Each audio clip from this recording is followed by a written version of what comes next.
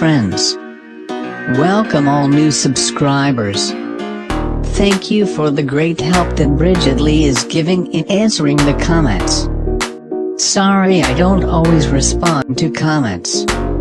Once again, thank you all my friends for your support.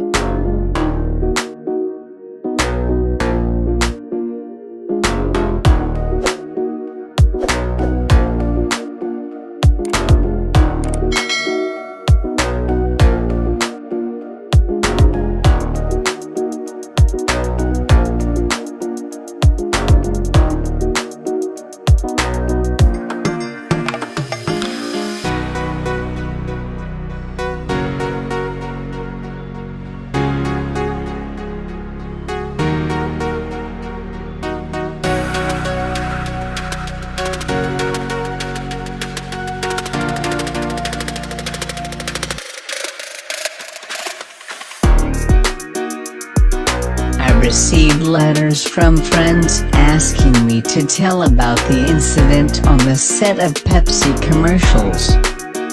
Okay.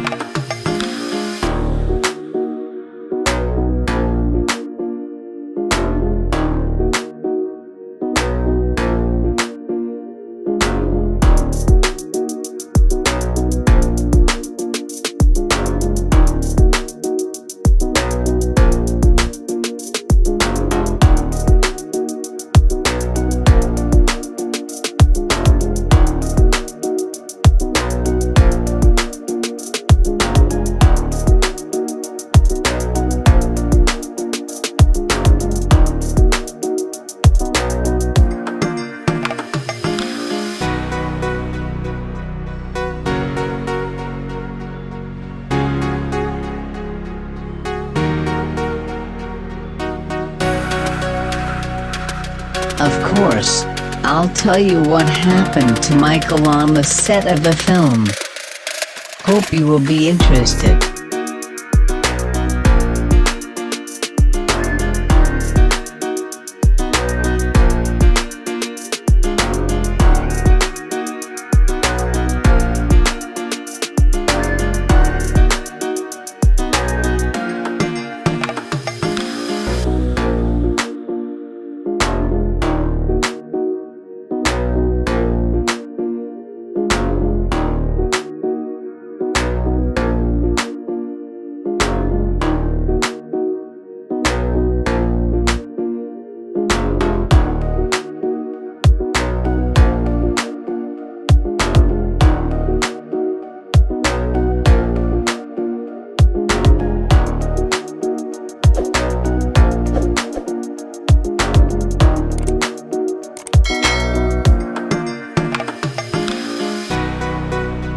I had planned to spend most of 1984 working on some movie ideas I had, but those plans got sidetracked. First, in January, I was burned on the set of a Pepsi commercial I was shooting with my brothers.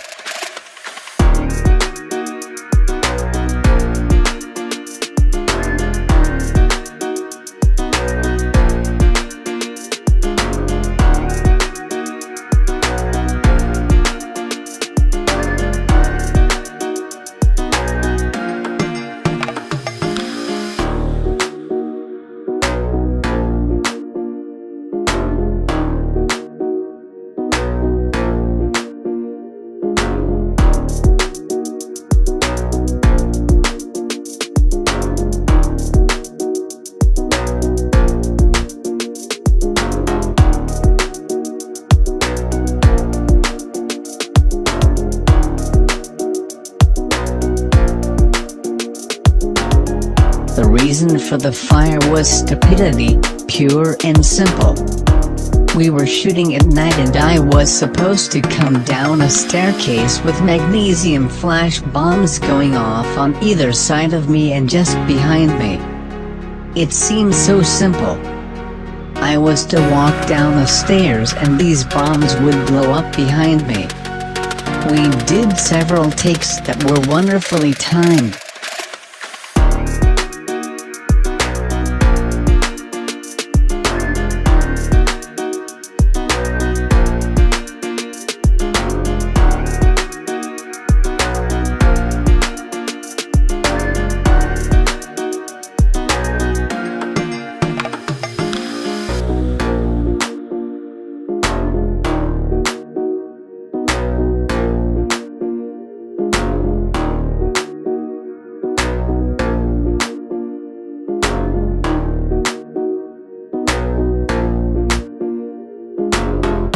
lightning effects from the bombs were great.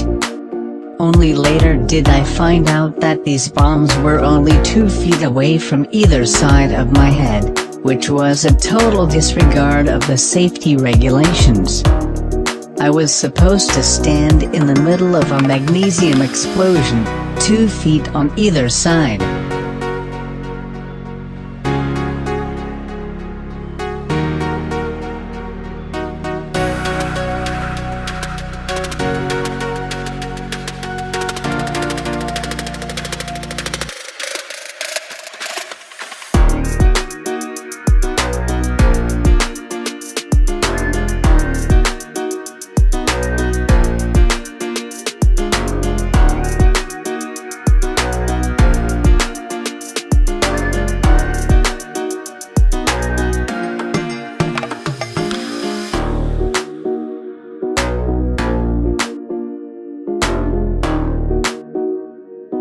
Then Bob Giraldi, the director, came to me and said, "Michael, you're going down too early.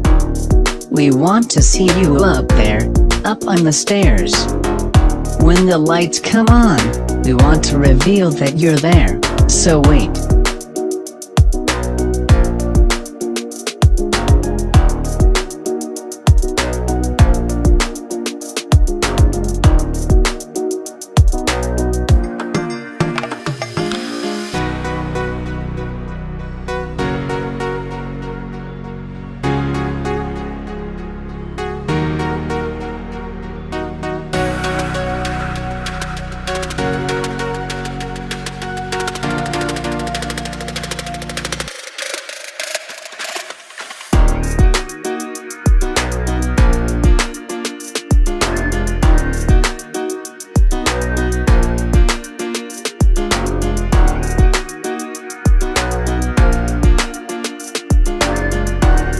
So I waited.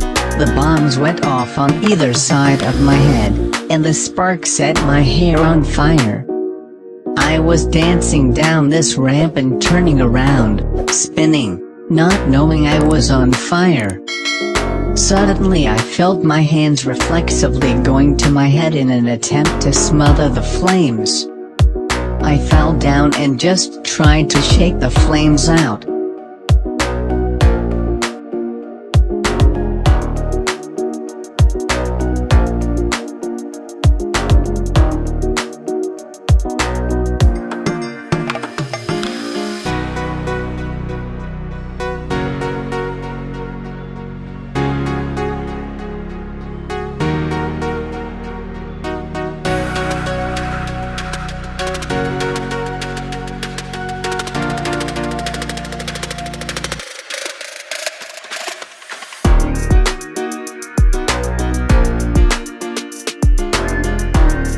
Jermaine turned around and saw me on the ground, just after the explosions had gone off, and he thought I had been shot by someone in the crowd, because we were shooting in front of a big audience.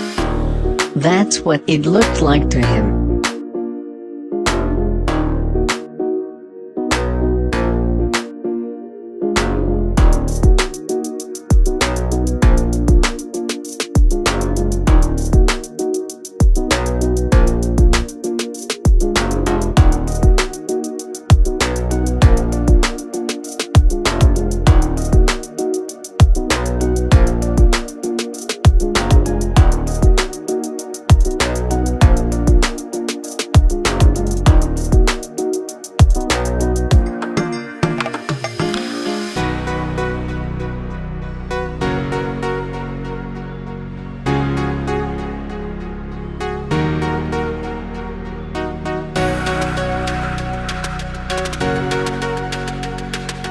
Michael Brando, who works for me, was the first person to reach me. After that, it was chaos. It was crazy. No film could properly capture the drama of what went on that night. The crowd was screaming. Someone shouted, "Get some ice." There were frantic running sounds. People were yelling, "Oh no."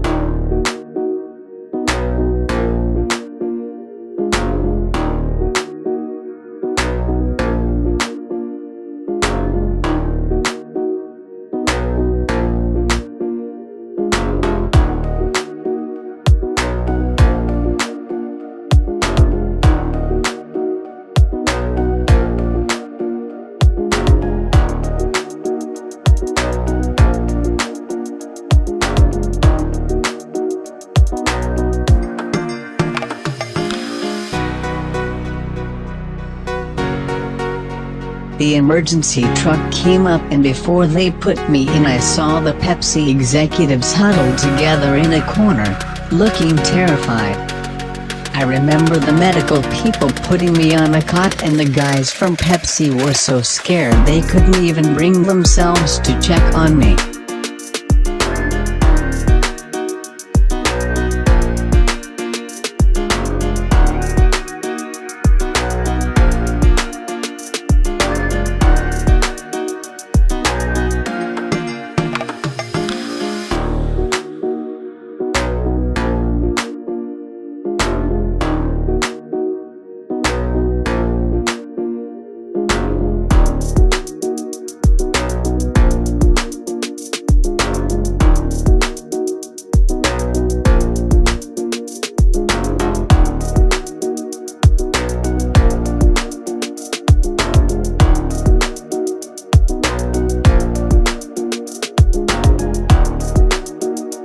Meanwhile, I was kind of detached, despite the terrible pain. I was watching all the drama unfold. Later they told me I was in shock, but I remember enjoying the ride to the hospital because I never thought I'd ride in an ambulance with the sirens wailing.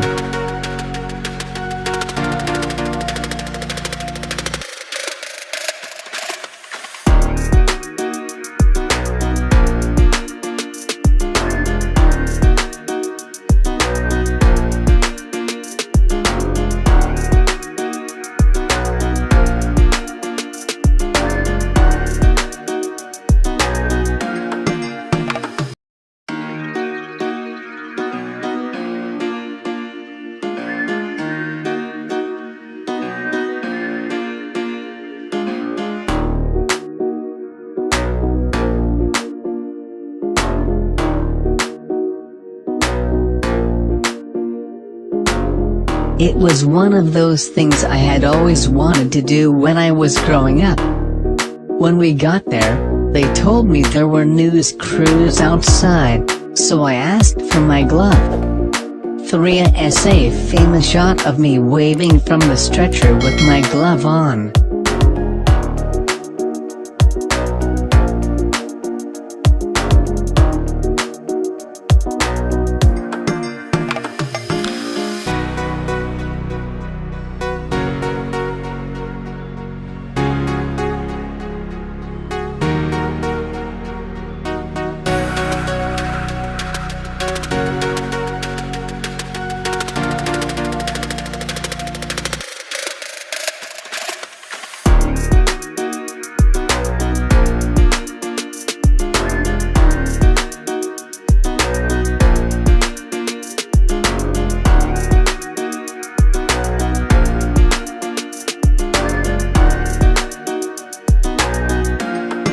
Later one of the doctors told me that it was a miracle I was alive. One of the firemen had mentioned that in most cases your clothes catch on fire, in which case your whole face can be disfigured or you can die. That's it. I had third-degree burns on the back of my head that almost went through to my skull, so I had a lot of problems with it, but I was very lucky.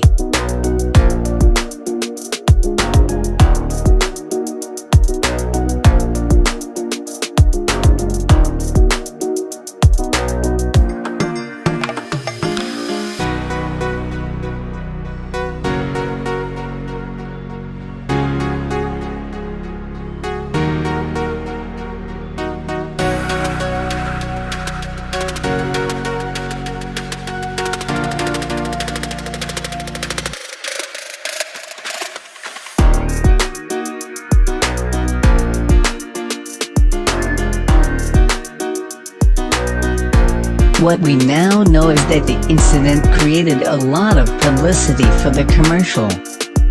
They sold more Pepsi than ever before. And they came back to me later and offered me the biggest commercial endorsement fee in history. It was so unprecedented that it went into the Guinness Book of World Records.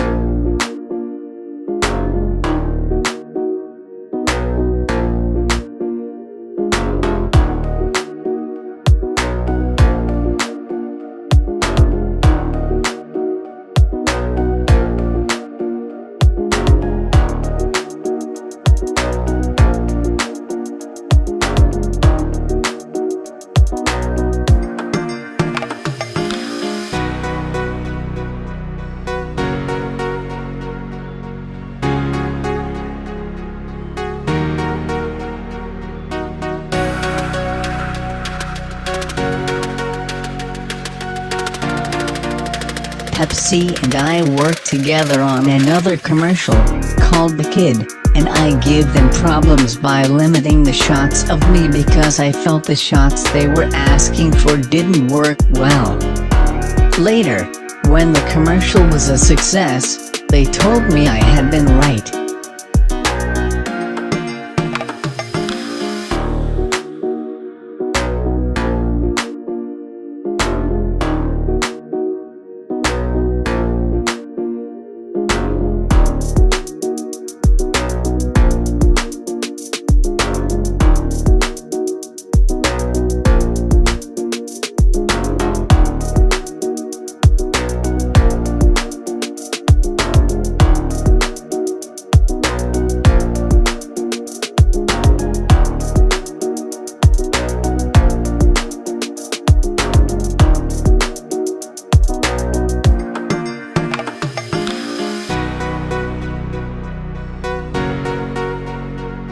I still remember how scared those Pepsi executives looked the night of the fire. They thought that my getting burned would leave a bad taste in the mouth of every kid in America who drank Pepsi. They knew I could have sued them and I could have, but I was real nice about it. Real nice. They gave me $1,500,000 which I immediately donated to the Michael Jackson Burn Center.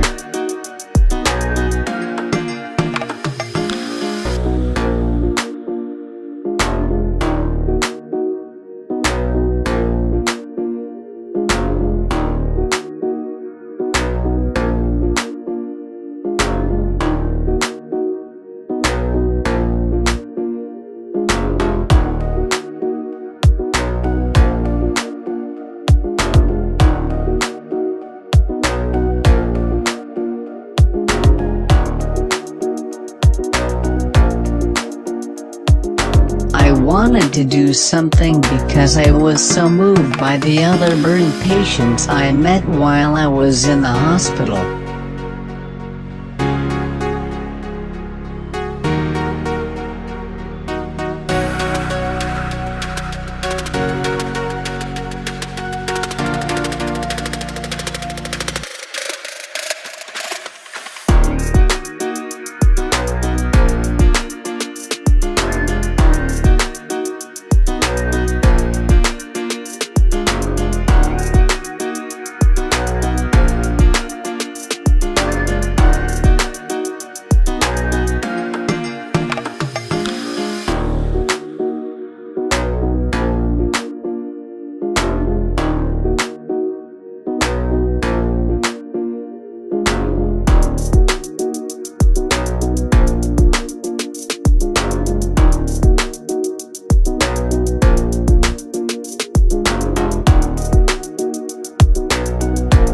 Then there was the Victory Tour. I did 55 shows with my brothers over the course of 5 months. I didn't want to go on the Victory Tour and I fought against it. I felt the wisest thing for me would be not to do the tour, but my brothers wanted to do it and I did it for them. So I told myself that since I was committed to doing this, I might as well put my soul into it.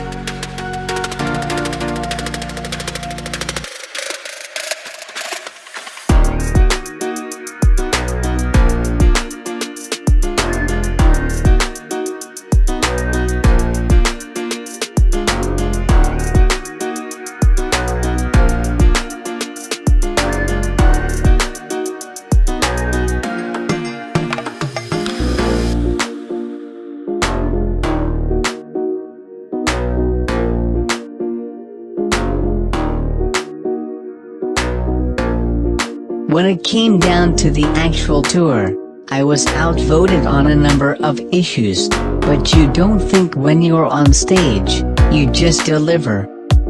My goal for the Victory Tour was to give each performance everything I could.